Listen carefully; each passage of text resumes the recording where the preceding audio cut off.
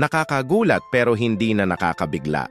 Imbes na ipakita sa publiko ang mga investigasyon ng Independent Commission for Infrastructure, ICI, tila pinili nilang itago ito sa likod ng mga saradong pinto. Ayon mismo sa ekonomistang si Dr. Michael Batu, bakit nga naman kailangang itago kung wala namang tinatago? Ang flood control anomaly ay hindi simpleng issue.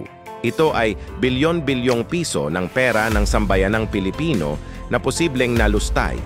Pero sa halip na buksan sa publiko ang proseso, ginagawa ito ng palihim.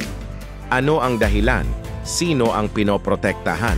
Kung tunay na laban sa korupsyon ito, dapat una nilang isinapubliko ang lahat ng ebidensya. Masakit isipin, pero mukhang ginagawang teatro lang ni Pangulong Bongbong Marcos Jr. ang ICI. Palabas na may script, may bida, pero walang totoong resulta.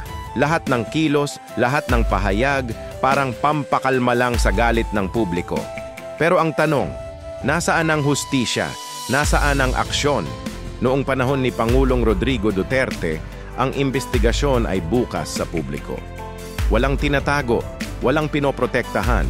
Ang mga opisyal noon takot magnakaw dahil alam nilang walang pabor-pabor sa batas.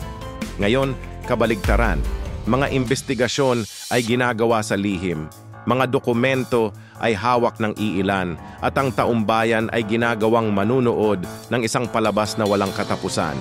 Sa ganitong sistema, paano pa maniniwala ang mga tao sa sinasabing transparency ng kasalukuyang administrasyon? Puro salita, kulang sa gawa. Kung ang layunin daw ng ICI ay linisin ng gobyerno, bakit parang sila pa ang nagiging tagapagtakip? Hindi aksidente na maraming Pilipino ang bumabalik sa pamantayan ng Duterte leadership, direkta, matapang at walang tinatago. Ang gobyerno noon ay ginagalang dahil totoo sa sinasabi. Samantalang ngayon, tila ang tanging expertise ng mga nasa pwesto ay maglabas ng press release habang sinasara ang katotohanan sa likod ng mga pader.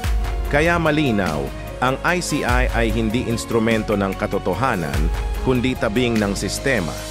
Hanggat may mga investigasyong ginagawang lihim, hindi kailanman magkakaroon ng tunay na hustisya. Kung talagang may tapang, buksan nila sa publiko ang lahat dahil ang taong bayan ang tunay na may karapatang malaman ang katotohanan.